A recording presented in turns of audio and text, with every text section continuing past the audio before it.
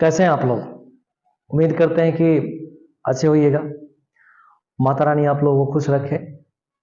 आइए देखते हैं आज का जो लेसन है वो है सेंटेंस। सेंटेंस को हिंदी में बोलते हैं वाक्य। जैसा कि थोड़ा बहुत पता होगा आप लोगों को। अब ये समझना है कि सेंटेंस है क्या। तो जैसा कि मैंने डिफिनेशन यहां पे लिखा है, डिफिनेशन को पहले देख लीजिए। A sentence is a group of words put together according to the rules of grammar and giving a complete sense or meaning। एक और डिफिनेशन लिखा हूं मैं। a group of words which makes a complete sense or meaning is called a sentence। अब इसके अर्थ यानी इसका जो हिंदी अर्थ होगा वो समझने की कोशिश कीजिए। देखिए इसका हिंदी अर्थ क्या हुआ।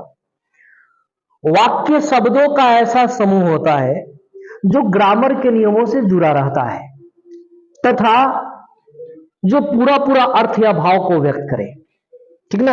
यानी वाक्य शब्दों का ऐसा समूह है जो ग्रामर के नियमों से जुड़ा रहता है तथा अपने आप में पूरा पूरा अर्थ या भाव को व्यक्त करता है।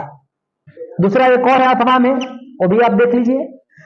शब्दों का ऐसा समूह जो ग्रामर के नियमों से क्रमबद्ध हो, या शब्दों का ऐसा समूह जो पूरा पूरा अर्थ या भाव को व्यक्त करे, उसे हम वाक्य कहते हैं, यानी उसे वाक्य कहा जाता है। ये तो डिफिनीशन है, लेकिन मेन क्या है, डिफिनीशन रटने से कुछ होता नहीं है। आप समझने की कोशिश करें, क्योंकि समझ जाइएगा। अगर आपको कॉन्सेप्ट समझ में आ गया तो फिर जीवन में कभी रटना नहीं पड़ेगा। कभी भी अगर जरूरत पड़े आपको याद रहेगा, क्योंकि कॉन्सेप्ट रटा नहीं जाता, समझा जाता है। कॉन्सेप्ट का मतलब ही है समझ जाना, बढ़िया से समझ जाना, बिल्कुल स्पष्ट क्लियर हो जाएगा, कहीं पे कोई दिक्कत ही नहीं होगा। समझने की कोशिश कीजिए। तो जैसा कि सेंटेंस की हम बात कर रहे थे, तो सेंटेंस जो होता है ये शब्दों से बनता है। इस बात को ध्यान रखिएगा। सेंटेंस जो है वो शब्दों से बनता है। जब हम दो या दो से अधिक शब्दों को एक साथ लिखते हैं तो वो शब्दों का समूह बन जाता है। दो या दो से अधिक शब्दों को जब हम एक साथ लिखते हैं, शब्दों का समूह बन गया, और शब्दों का समूह ही वाक्य है। लेकिन शब्दों का समूह यदि पूरा पूरा अर्थ व्यक्त करे, पूरा पूरा भाव को व्यक्त करे, तब वाक्य है। ध्यान रखिए, जब हम दो या दो से अधिक शब्दों को एक साथ लिखते हैं तो शब्दों का समूह बन गया, और यदि शब्दों का समूह पूरा पूरा अर्थ या भाव को व्यक्त करेगा तो वो क्या है, वाक्य है। बस यही तो है सेंटेंस का कॉन्सेप्ट। बहुत आसान है सेंटेंस को समझना, रटने की जरूरत ही नहीं है। अब आइए हम लोग एग्जाम्पल के जरिए देखते हैं। यहां पे आप देखिए, एक दो तीन, तीन शब्दों को हमने एक साथ लिखा। नीचे देखिए, एक दो तीन, तीन शब्दों को मैंने एक साथ लिखा, लेकिन इसको मैंने सही किया, इसको मैंने गलत किया। कारण समझिए कि ये जो शब्दों का समूह है ये पूरा पूरा अर्थ व्यक्त कर रहा है, और ये जो शब्दों का समूह ये पूरा पूरा अर्थ व्यक्त नहीं कर रहा है। कारण क्या है कि ऊपर जो शब्दों का समूह है वो ग्रामर के नियमों से जुड़ा हुआ है। कहां पे कौन सा शब्द आएगा, उसका स्थिति और पोजीशन, उसका स्थान बिल्कुल निश्चित है, फिक्स है कि अमित अपने जगह पे है, प्लेज अपने जगह पे है, फुटबॉल अपने जगह पे है। इधर उधर करने की कोशिश करेंगे तो वो गलत हो जाएगा। इसीलिए मैंने कहा कि शब्दों का ऐसा समूह वाक्य कहलाता है जो पूरा पूरा अर्थ व्यक्त करे। यानी दो या दो से अधिक शब्दों को एक साथ लिखेंगे, शब्दों का समूह बन गया। लेकिन शब्दों का समूह जो है ना, उसमें शब्द का अपना एक निश्चित पोजीशन होता है ग्रामर के नियमों के अनुसार।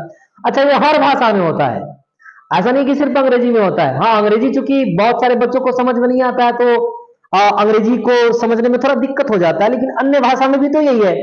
अन्य भाषा में भी वाक्य क्या है, शब्दों का ही समूह है। जैसे मान लीजिए आप हिंदी ही बोलते हैं कि मैं किताब पढ़ रहा हूं। अब इसी बात को बोलिएगा, हूं पढ़ रहा, मैं किताब। अब अगर आप बोलिएगा मैं किताब पढ़ रहा हूं तो ये तो सबको समझ में आ जाएगा। अब बोलिएगा हूं पढ़ रहा मैं किताब, सुनने वाला भी कहेगा लगले ये करे फेज उड़ गई। तो कहने की मैं किताब पढ़ रहा हूं ये बिल्कुल ग्रामर के नियमों से अरेंज है। कहां पे मैं रखना है, कहां पे किताब, कहां पे कौन सा शब्द आएगा, उसका पोजीशन फिक्स है। तो ये जो शब्दों का समूह वाक्य समझ में भी आ रहा है ना। लेकिन हूं पढ़ रहा मैं किताब, यहां पे शब्दों को जैसे तैसे लिख दिया गया। आप अन्य भाषा में भी है, मैथिली में भी अगर आप बोलिएगा कि क्या ये खाना खाए छिया, ऐसी बात को छिया खाए छिए, ये खाना में आगे में बस। तो कौन सा सही आपको खुद समझ में आ रहा होगा, क्योंकि जहां पे हमने शब्दों को अरेंज करके लिखा वो पूरा पूरा अर्थ व्यक्त कर रहा है, और जैसे तैसे कर दिया अर्थ का अनर्थ हो जा रहा है। तो यही होता है वाक्य। उम्मीद करते कि समझ में आया होगा। नीचे भी वही है, मोहित इज माई फ्रेंड, मोहित मेरा दोस्त है। ऊपर Amit plays football, Amit football खेलता है, पूरा मीनिंग है इसका, नीचे वाला कोई मीनिंग नहीं। जबरदस्ती निकालिएगा तो वो अलग बात है, कोई मीनिंग ही नहीं। मोहित इज माई फ्रेंड, मोहित मेरा दोस्त है, इसका मतलब निकल रहा है, लेकिन नीचे वाले का कोई मतलब ही नहीं, क्योंकि शब्दों को जैसे तैसे लिख दिया गया। तो शब्दों का, सेंटेंस का यही कॉन्सेप्ट याद रखो आप, कुछ रखने की जरूरत नहीं है। अब देखिए पार्ट्स ऑफ सेंटेंस की बात कर लेते हैं। अच्छा, बहुत बच्चा कंफ्यूज रहता है, parts of sentence, kinds of sentence. देखिए दोनों बहुत अलग है, दोनों में बहुत बड़ा डिफरेंसेज है। पार्ट्स अलग चीज होता है, काइंड्स अलग चीज होता है। पार्ट्स का मतलब होता है सेंटेंस का भाग, खंड। आप एक सेंटेंस को कितने भाग में तोड़ सकते हो, कितने भाग में बांट सकते हो, कितने भाग में खंडित कर सकते हो, वो होता है पार्ट्स। और जब हम काइंड्स की बात करते होता है प्रकार, प्रकार यानी टाइप, प्रकार, है ना। जैसे ये कलम देखो, अगर इस कलम को खंडित करने की बात हो, अगर हम इसके पार्ट की बात करेंगे तो देखिए ये खोल दिए, एगो मुन्ना, एगो पार्ट हो गया, हाई ये कलम का इधर ये पार्ट हो गया। फिर इसको भी खोलिएगा, ऐसे ऐसे खोलिएगा तो एगो ये पार्ट हो गया, एगो ये पार्ट हो गया, है ना। लेकिन अगर हम बोले कि इस कलम का टाइप बताओ, तो वो ये जो पेन है ये ब्लैक है, रेड भी होता है ना, ब्लू भी होता है, येलो भी, येलो कलर का भी होगा, मोटा भी होता है, पतला भी होता है, छोटा भी होता है, मतलब अलग अलग प्रकार, ये प्रकार हो गया। वही बात, सेंटेंस के टाइप्स अलग हैं, काइंड्स अलग हैं और पार्ट्स अलग हैं। सेंटेंस को चाहे कितना भी बड़ा सेंटेंस हो, चाहे किसी भी प्रकार का सेंटेंस हो, उसको आप दो ही भाग में बांट सकते हैं, दो ही भाग में।